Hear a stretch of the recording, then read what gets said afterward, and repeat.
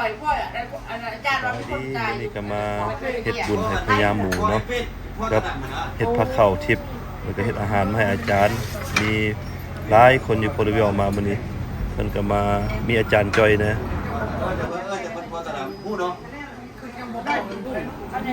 มีแม่ก้อยแน่อันนี้ก็แม่นแม่ติอะไรนี่ก็หมู่เพิ่นมามื้อนี้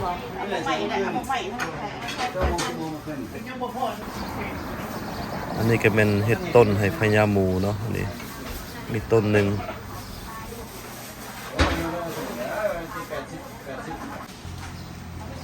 ของกินจะมีเต็มมีผักมีข้าวมีออม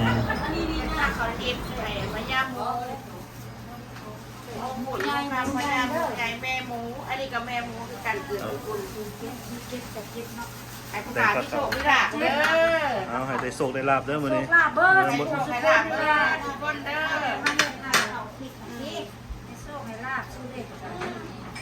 เลขเขาซื้อแล้วเขาซื้อเชื่อเลขก็อยู่ใกล้ๆให้แม่เลยเศร้าแล้วบอกมาเด้อมาบุญกันเด้อคุณโคเด้อนี่เด้อพี่น้องเอ้ย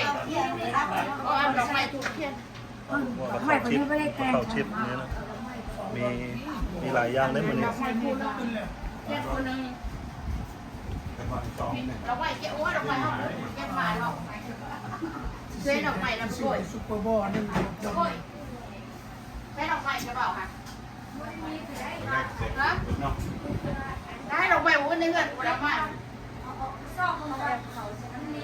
นี่อาจารย์จ้อยก็ได้มาเฮ็ดพิธีให้พญาหมูแล้วมาเลี้ยงแต่ว่าเพิ่นเสียแล้วอาจารย์จ้อย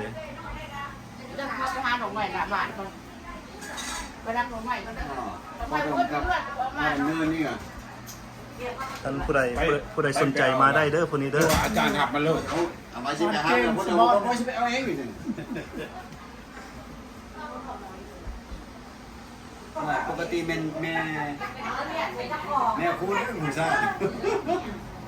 นี่แม่คุณมาเลย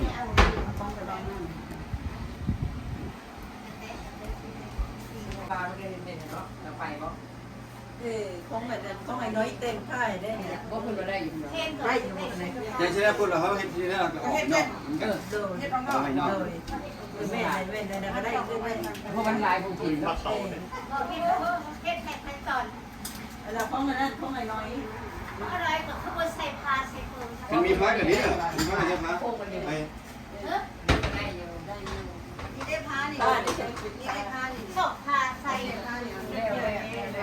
แม่ครัวนี่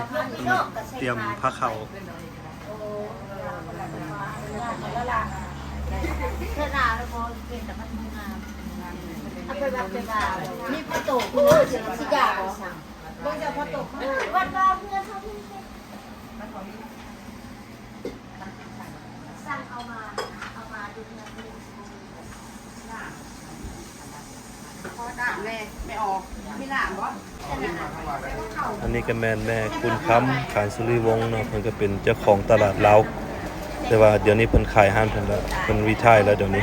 เอาเทียนไปใต้ไปหนาไปใต้นอกไปใต้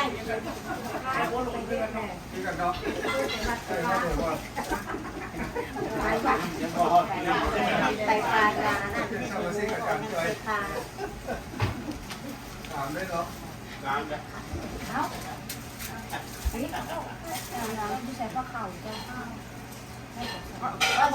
พี่เดี๋ยวนั้นอันก็เขาพูดนะ เอาใส่ดอกไม้คุณ ทำไมเห็นปากใช่เลย เล่นเอาเงินใส่น้ำ นั่งนี่เพิ่นก็แม่นเอาโยเอาแก้วเอาลูกเจมลุงปุ๋ย ต้องใส่พ่อนี่ อันนี้ก็แม่นอาหารเพิ่นเฮ็ดมาใส่ผ้าข้าวให้อาจารย์แล้วก็ให้เฮ็ดผ้าข้าวทิพย์อันนี้มีปลามีมักสาลีมีลาบไก่มีหลายอย่างมีแต่แนวแซ่บ ที่นี่ ๆ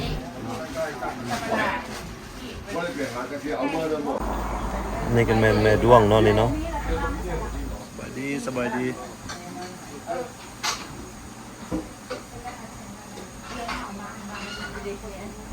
แม่คุณค้ำแม่ก้อยแม่ติเพิ่นกำลังจัดผ้าข้าวอยู่ตรงนี้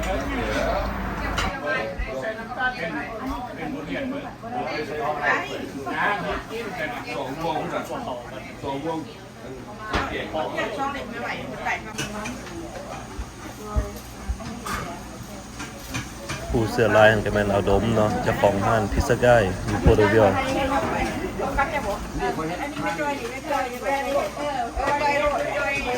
อ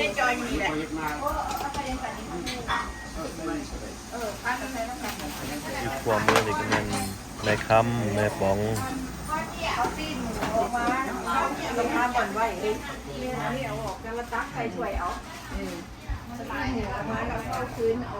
ก็บผักซีมาเดี๋ยวผักซีแนว ทำเลยทำป้าไว้พี่น้ำเนี่ยสุดท้ายเลย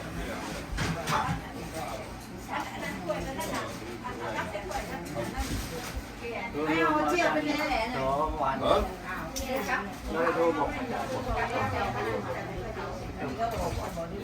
อ๋อเนี่ยอาจารย์ได้ส่งให้เรา ใส่หม้อน้ำกัน อาหารก็เต็มโต๊ะมีหลายสิ่งหลายอย่างมื้อนี้นะ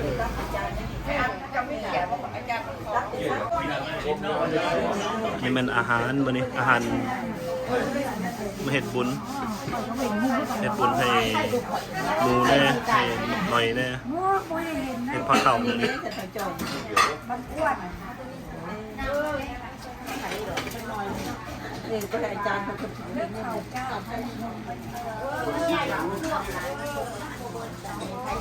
นั่นก็เป็นลุงดำเนินหมอพรเนาะลุงปุ๋ยกับหมอพรคือกันเด้อันนี้ก็เป็นผ้าเข่าของผ้าเข่าทิพย์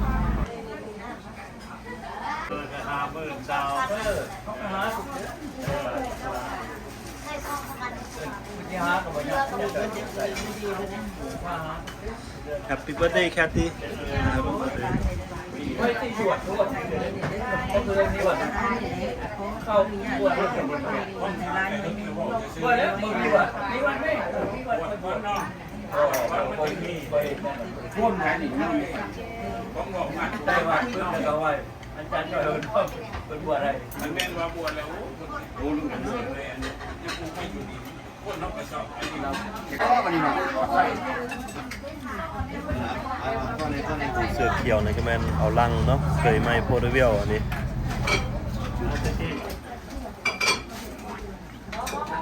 ที่พูดมาคือกุศลให้บุญให้กุศลให้สั้นให้สุกร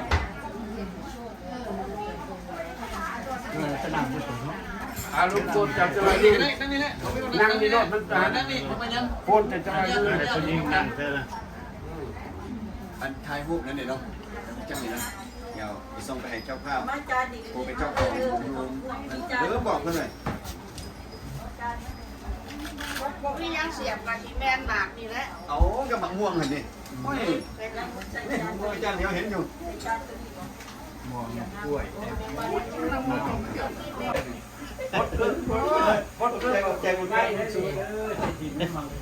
กำลังใกล้สิเริ่มพิธีแล้วเดี๋ยวนี้กำลังเตรียมอยู่ ครับผมให้เฮ็ดไปเนื้อเดี๋ยวพ่อเดี๋ยวเนื้อไปยืนพระไหวพระรักษาศีลแล้วก็กาอุทิศให้หมูแล้วก็เที่ยวกายพระอุทิศให้พ่อเพชรอักษรน้ำ อันนั้นคือบอกแกพ่อมันเจ้าแพทย์ ไปรับใส่ครับมาพอดีกันมันมีตะเคยไหมดิโอ้ยเด้ผู้ชมชอบแบบตัวตั้งโตนี่นะไฟก็สูงรอดถึงมีมาถึงสถานบวชการเขียนอ่านเรียนดินเจ็บบุตรดาวสิ่งไหนเราต้องเรียนมาราชข้าวแต่บุตรสบายเด็ดออกมาจะเด็ดเข้ามาเด็ดขึ้นมาส่วนของมันโมทนาทานท่านผู้ขาทั้งหลายไม่เจ้าจัตตาเจ้าของบ้านเจ้าของเงินที่นี่ให้พากันเน่านมาถึงวัตถุทานทั้งหลายเราอุทิศหาทัพทัตเจ้ากรรมนายเวรและเจ้าถิ่นเจ้าทานทั้งหลายในวันนี้ขออำนาจสุนทรภาใจและจิตติดเด็ดลงมาเปิดปกปักรักษาและบำบัดโมทนาทานกำเจ้าจัตตาและผู้ขาทั้งหลายวัดต้นทุกองค์เดียวกับข้าครับตั้งใจไว้ผ่านเนี่ยอิมินาสักกาเลนะอังพุทธามาภิกขุสยามะอาลังสัมมาสัมพุทโธภะคะวะโอทังภะคะวะตังอภิวาเทมิเอ นะสัทธาเลนะธัมมังอภิปูชยามะสวากขาโตภะคะวะตาธัมโมธัมมังนัมสสามิ ตัสสะภะคะวะโตอะระหะโตสัมมาสัมพุทธัสสะนะโมตัสสะภะคะวะโตอะระหะโตสัมมาสัมพุทธัสสะนะโมตัสสะภะคะวะโตอะระหะโตสัมมาสัมพุทธัสสะ ตุนะโมตัสสะภะคะวะโตอะระหะโตสัมมาสัมพุทธัสสะนะโมตัสสะภะคะวะโตอะระหะโตสัมมาสัมพุทธัสสะนะโมตัสสะภะคะวะโตอะระหะโตสัมมาสัมพุทธัสสะ พุทธังสารนังคัจฉามิ พุทธังสรณังคัจฉามิ ธัมมังสารนังคัจฉามิ ธัมมังสรณังคัจฉามิ สังฆังสารนังคัจฉามิ สังฆังสรณังคัจฉามิ นะโภกสัมปทาสีเลนะนิพุติยันติตัสสมาสีลังวิโสทะเยพ่อดมมันนั่งนะจากวันนี้เป็นตัวแทนจากนี้ อิวิมาเนจิเปรเทจักขาเมตรวนะเนเคหาวัตถุเออุมาเจนตุเอวาจารกะวิชะเมนะคะขันตคานาคาอิมานิมะยังพันเตปัตตานิมัตตะกะพัตตานิกะพวกข้าน้อยทั้งหลายชาวเมืองโคเตเวียวทุกคนขอถวายภัตตาหารต้นพระพืชยังสังฆทานปัจจัยทานเพื่ออุทิศหามีน้ำว่าสุกรอูดสุกรเนื้อเชิงหมูเนาะอูดนี่เป็นชื่อเพิ่นและครอบครัวคันธุริวงศ์ขออุทิศพาเข้าทิพย์หาดวงวิญญาณเข้าเป็นอักษรคันธุริวงศ์ตลอดถึงเจ้ากรรมนายเวร สาวเมืองปัตตวิวที่ได้พร้อมเพรียงกันมาทำบุญทำกุศลให้สรรพสัตว์ภาษาบาลีว่าสุกรเป็นมีชื่อว่าหมูอูดที่เป็นสัตว์ตัวนี้นี่ก็คนกับมีโอกาสได้กินมันแน่ผู้มักกินซีนหมูก็กินซีนหมูผู้บ่มักก็บ่กินหมูตัวที่ว่านี่ได้มาจากน่าจะเป็นสต็อกตันโมเดสโตซึ่งเป็นหมูที่ค่อนข้างอัศจรรย์นิดนึงเนื่องจากว่าผู้ที่เขาเลี้ยงหมูอันนี้เขาเจ้าเราสู่ฟังทางคาวที่ทางซิตี้ให้ง่ายเนื่องจากว่าพร้อมบ่สะอาดมีสัตว์หลายโพดเป็นเป็ดเป็นไก่นี่ละแมนเขาเจ้าก็ย้ายกันเอาไปรับประทานแต่ส่วนหมูนี่ลึกๆเขาเจ้าก็อยากกินหั่นแหละแต่ข้าเจ้าก็ได้เอาอาวุธบ่ได้เอาอย่างไปลักษณะว่าจะไปเอาชีวิตเพิ่นแล้วก็เอามากินเป็นอาหารแต่เนื่องจากว่าไปเฮ็ดในลักษณะสิข้าเจ้าลองสู่ฟังเนาะปืนก็บ่แตกได้ลูกปืนก็บ่ได้เข้าเด้นอกจากบ่แตกบ่เข้าแล้วแม่นหมูแล้วแม่นเพิ่นก็น้ำตาออกบ่กินข้าวบ่กินน้ำแม่ออกผู้ที่ว่าเพิ่นโอ้หักสัตว์หลายๆคนหักสัตว์ก็เลยอิดูตนแม้แต่ผู้หญิงผู้ใช้ปืนน่ะก็เลยบ่กล้ามาเฮือนนั่นแล้วแมนโทรไปหาพระวัดนั่นวัดนี้สุดท้ายก็ข้าเจ้าก็คิดฮอดครูบาจอยก็เลยโทรมาครูบาก็อิดูตนเนาะสัตว์ก็เปรียบเสมือนเพิ่นมีชีวิต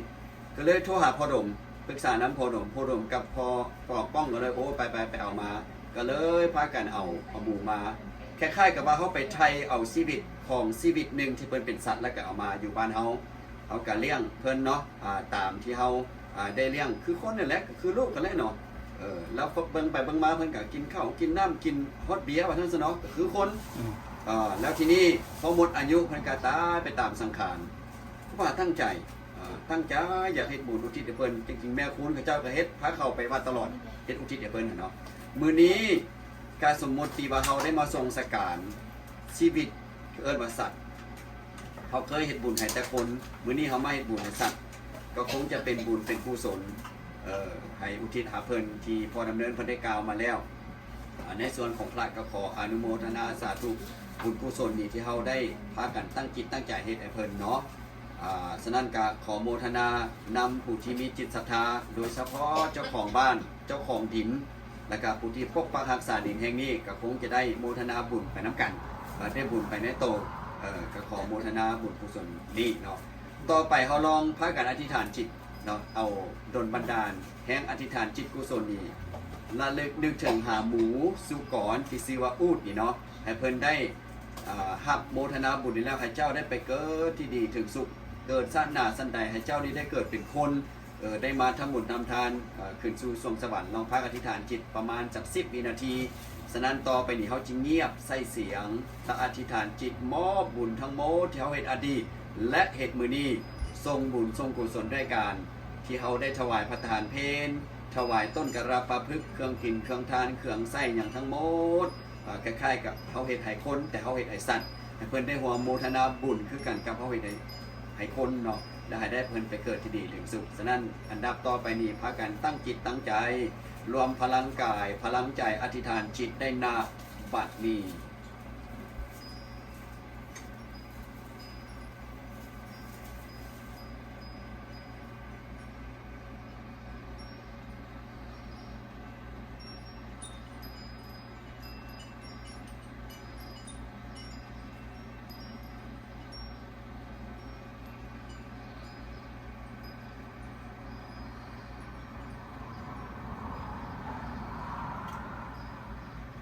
สาธุเอวังโหนตุสัมปติสามิติลิอาสากาลาบานิคือหากเป็นมือดีสีโสภาวะไสยามังคะลาวังกัตตาวาอันยิงอันประเสริฐลำเลิศก็วันและยามทั้งหลายมวลการาบันนีบังเกิดไม่มี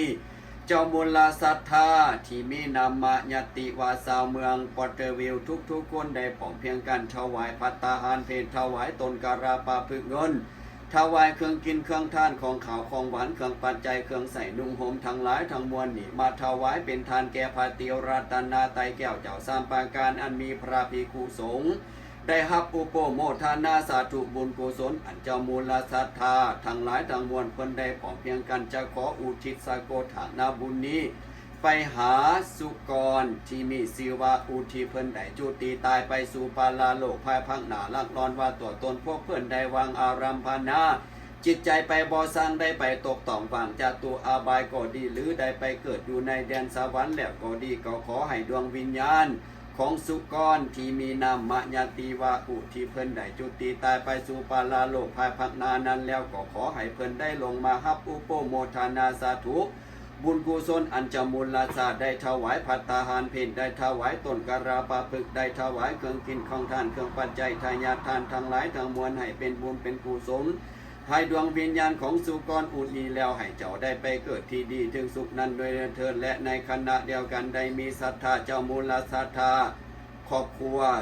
ขันสุรีวงศ์ได้ถวายภัตตาหารเพลและถวายผ้าเก่าทิพย์1 ผ้าเพื่ออุทิศบุญกุศลนี้ไปหาดวงวิญญาณของเถ่าเพชรอักษรขันสุรีวงศ์ที่เพิ่นได้จุติตายไปสู่ปาลาโลกภายภาคหน้านั้นแล้วก็ขอให้ดวงวิญญาณของพออเพชรอักษรขันสุรีวงศ์ได้ลงมารับอุปโมทนาสาธุบุญกุศลอันญาติพี่น้องครอบครัวได้กระทำผ้าข้าวทิพย์ถวายอุทิศดีแล้วให้เจ้าได้ไปเกิดที่ดีถึงสุขนั้นด้วยเถิดปิชิตังราอุปทวะยะธรรมิโนอุปชิตวานิรุสันติเตสังโฆปัสสโมสุโขอานิจจวัตสังขาราอุปัฏฐวะยะธรรมิโนอุปชิตวานิโรสันติเตสังโฆปัสสโมสุโขอิมัสสมิงสติอิทังโหติอิมัสสุปัฏฐาอิทังอุปัชชติอิมัสสมิงอาสติอิทังนาโหติอิมัสสนิโรธาอิทังนิโรสันติสัพเพสัตตามารันทิจามาริงสุจามาริสาเลตเทวะหังมาริสามินาทิเมเอตาสังสายโยสาธุมือนี้เป็นมือดีเลยสำหรับพี่น้องสำหรับพุทธเวทก็ดีจำมูลศรัทธาที่ได้มากาดีบ่ได้มากาดีเพราะข้าพเจ้าได้มาจูดสมุติได้จูดได้เผาได้ทรงสการและได้มาทำบุญถวายภัตตาหารเพลถวายเครื่องปัจจัยทายาทานเครื่องกินของทานของเขาของหวานเครื่องไส้นุ่งห่มที่เป็นของมนุษย์และขออุทิศบุญกุศลนี้ไปหาสุกรที่มีศิวะอุทิศเจ้าได้ตายจากโลกนี้ไปแล้วก็ขอให้บุญในกุศลนี้ให้ไปฮอดไปถึงและให้เจ้าได้ไปเกิดที่ดีถึงสุขเป็นมนุษย์ตัวดีได้กลับเกิดมาเป็นคนพัฒนาให้ได้ไปถึงเมืองสวรรค์พุทธังสัพพังธรรมังสัจจะสังฆังอิมัสสมิงสันติอิทังโหติอิมัสสุปัฏฐาอิทังอุปัชชติอิมัสสมิงอาสติอิทังนาโหติอิมัสสนิโรธาอิทังนิโรสันติสัพเพสัตตา อเวลาหุนตุสัพเพสัตตาอภยาปัชชาหุนตุสัพเพสัตตาอภยาปัชชาหุนตุสัพเพสัตตาสุขีอัตตานังปาริหารันตุสุขีสุขีอันนั้นก็อยากน้ำมันรถน้ำมันน้ำนั่นก็อยากรถอาจารย์ลงน้ำตัวอยู่เขาที่ก็อยากลงมันรถนี่ละจุดบุญกุศลจะเกิดเป็นคนจะเกิดที่นี่ทำสุข ที่ชอบมาเท่านี้ละโอเคละ จะบ่เบียมาเนาะ บนชอบ ลืมเบียนี่ อันนี้เอาของหัวกันเหรอ คนละยามปลาเบียก่อน นี่มาให้จังก็ได้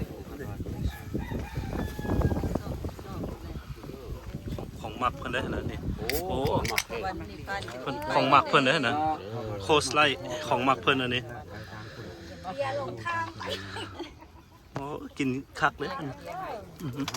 แล้วจับกดเนี่ยกดมันไม่ล้มไม่นอน มันกั้งไว้ตลอดบ่ บ่หามันก็ให้มันให้มั อั น นนี้นั่นเดี๋ยวกั้งนะ ต้องเอาตีนมันหนักๆนิดนึง กินเบียร์หันบางมื้อนี่ โอเค หมด โดยสมมุติ เป็ด สามปีคืออาจารย์เป็นหมอกันมาคุยกันประเทศนี้ทุกๆวันจันทร์กับวันอังคารคนเล่นสาเป็นหลายคนที่ผู้ใหญ่สั่นผู้ใหญ่ได้กินเดือนนี้ตัวล่างมันหัวมันอยู่ไหนเนี่ย แล้วก็มาปลาสามรสไทยขนาดอันนี้เป็นเดือ ห้องนอกห้องละล่าของมันได้มีอย่าง โอ้หลายเอาซองได้ นี่นะถ้าเราดิ ใครอยู่มันมีคน ข้อมูลนี่นะ ถ้าคนไทยเหลือกตีของหลายนี่ ก่อนไปเที่ยวไปหาอาจารย์แต่ละชิ้นนั่นไปมันเขาแล้วบนย่างไหน นี่ก็เป็นอาหารเรามื้อนี้อาหารมาเพน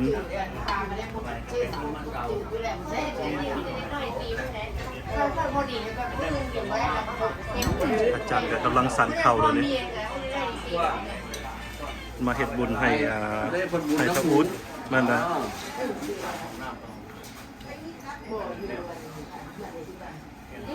นี่ก็มาส่งทางอุดมื้อนี้มันไปดีแล้ว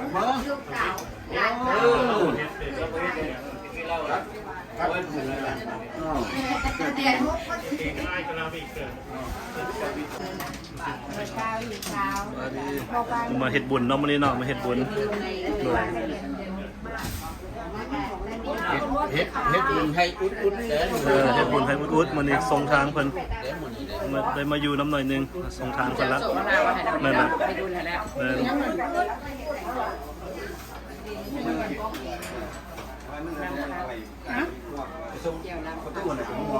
เรากลับมาที่เสียงของเขา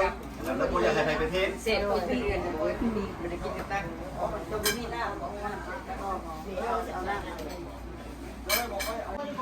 ตัวนี้มันใหญ่ ของดี เสื้อแสนเพชรออกมาให้มันเขาหล่อจังซี่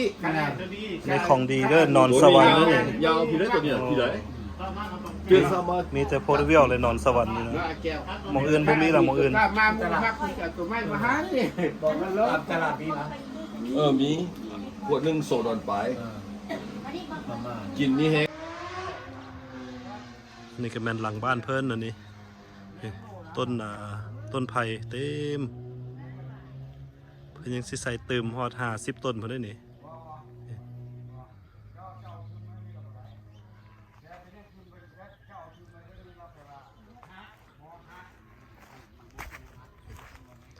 นี่ก็หน่อไม้หน่อบักใหญ่ๆเพิ่นนี่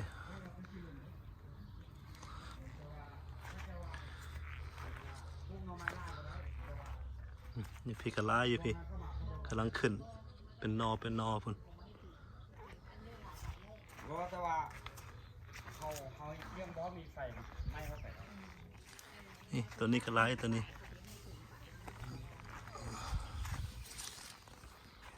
แต่ว่าเขายังสิได้ทีมออกเลยเพราะว่าห้างมันเด้ห้างตัวนี้แหละมันเฮ็ดให้ห้างนะแต่ว่าจริงๆเราก็เอาปากไปแต่3ปอหรือ3ปอละห้างสิว่าน้องสิว่าเรา คันเฮาแหม่ปู่เขาต้องได้เอาน้ำฟาร์มเขาบ่ค่อยเห็นน้ำฟาร์มเขามีแต่น้ำฟาร์มแก่38แล้วก็ของน้องอันน้ำฟาร์มเขาเราก็ นี่ เปิด มีแต่นอบักลายมีแต่นอบักใหญ่ เด้เพราะเอามาลงมันอ้อหน่อย เอาพี่ก็บอกแล้วว่าจะเอา